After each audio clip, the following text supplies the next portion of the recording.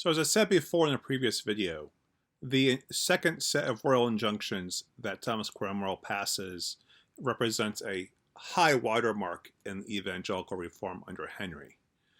Henry intervenes when those injunctions are published. And in 1538, November 16th, Henry stops the reform process with a royal proclamation. And it does a couple of things. It decrees the necessity of belief in the real presence of Jesus Christ in the Eucharistic elements. It decrees that it's necessary to keep church ceremonies, that clerical marriage is contrary to Scripture, and that no English books or Bibles are to be imported without a royal license.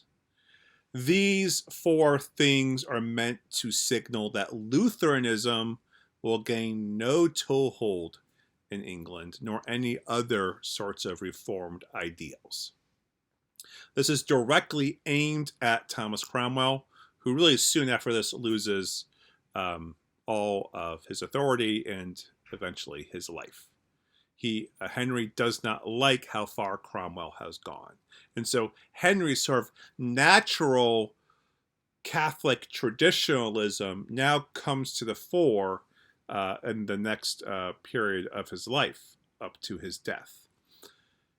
Henry has a set of 6 articles that he has passed by Parliament after he stops Cromwell's reform efforts. He uses his traditionalist allies to push his new articles forward in contravention of his former evangelical allies. The 6 articles teach 6 key elements of traditional Catholicism. 1, it affirms the doctrine of transubstantiation as it refers to the Eucharistic elements. 2, it asserts that communion is to happen in only one kind. That is, just the bread is to be received by the laity, not the wine. This is a very traditionalist stance. 3, it affirms the value of vows of chastity, so that the notion of monastic orders is still retained, even though many of the monasteries have been suppressed. 4, it affirms the value of votive masses, that is, masses for the dead. This would seem to be a defense of the penitential sacramental system then, and not Henry. So Henry's moving away from Lutheran notions of justification by faith alone here. 5th, affirms the importance of clerical celibacy for the church. That would make a lot of sense, given everything else we've seen about Eucharistic doctrine in these 6 articles. And then finally, affirming the value of auricular confession, that is, a verbal confession to a priest, and thus implicitly also the sacrament of penance. So again, an endorsement of the traditional sacramental penitential system. So what we see here then is a reassertion of the Catholic foundations of the English Church. A couple of things you'll note here. One is that the papacy is not mentioned at all, which indicates that Henry is not yet about to give up royal supremacy. And these 6 articles say nothing about the most pressing issue of the day, which is, how is one saved? The whole Reformation debate is around different notions of justification, and these 6 articles say nothing about it. And so that leaves one to wonder what's next for Henry and Henry's view of religion. And some of that is just really unclear about where he stood in the question of salvation and how it's attained. So for evangelicals, this means that all their fortunes are reversed. Bishops who were on the evangelical end of things, many of them are forced to resign. Cranmer, as Archbishop of Canterbury, is the most prominent evangelical bishop. He uses the few allies he has left to simply protect himself, and he can no longer advance evangelical perspectives. As I mentioned before, Cromwell is arrested and executed for treason during this period of time. What does parish life look like? What's happening to the average person while all this is unfolding? It looks like, by and large, parish religion doesn't change that much under Henry. What we can tell from our study of parish records and parish histories is that some devotional practices ended, especially the practice of placing lighting candles before images of saints.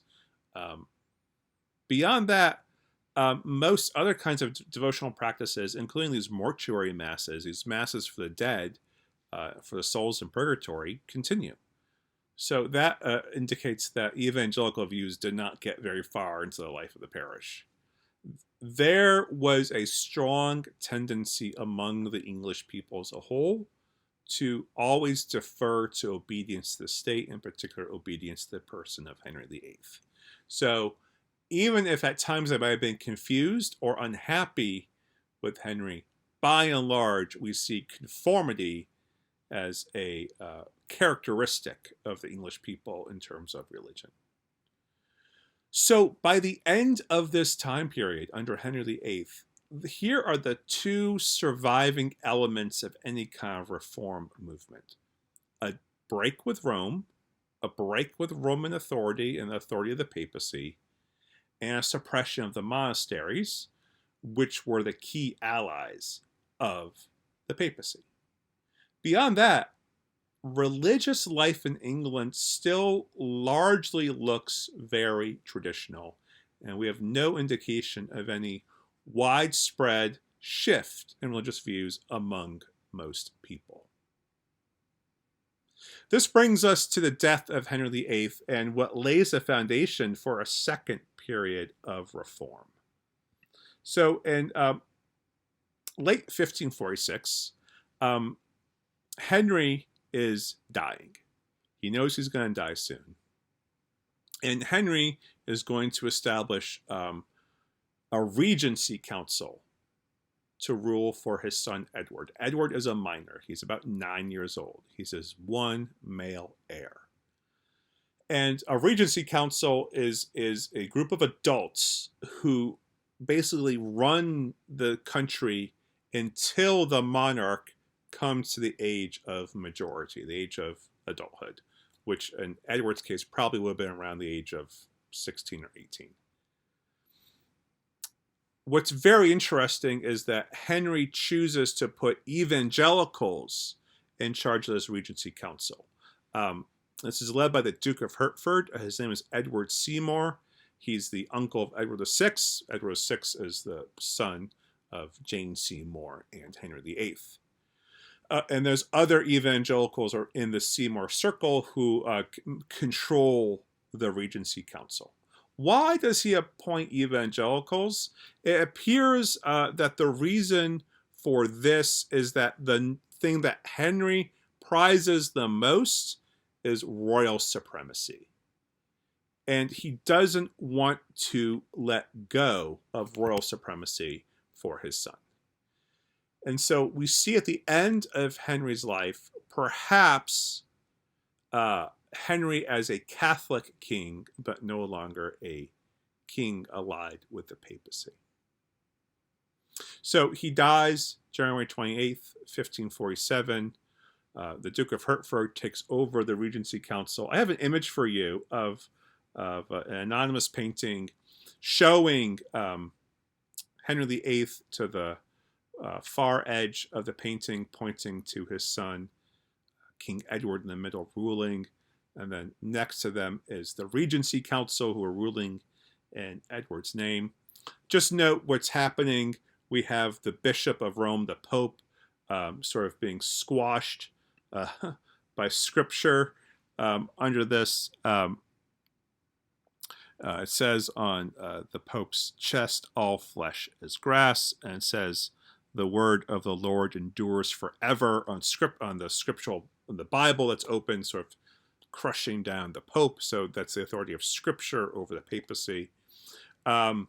We see the monks, the monasteries fleeing England as a way. And out in the window, we see people tearing down images of traditional religion. This is obviously an image that's composed after the death of Henry, but gives us real strong sense of what's going to come, which is a new reform movement. A more zealous evangelical movement is on the horizon. So here are sort of two tracks then that are going to emerge for the Church of England as we transition from Henry's reign into Edward's reign.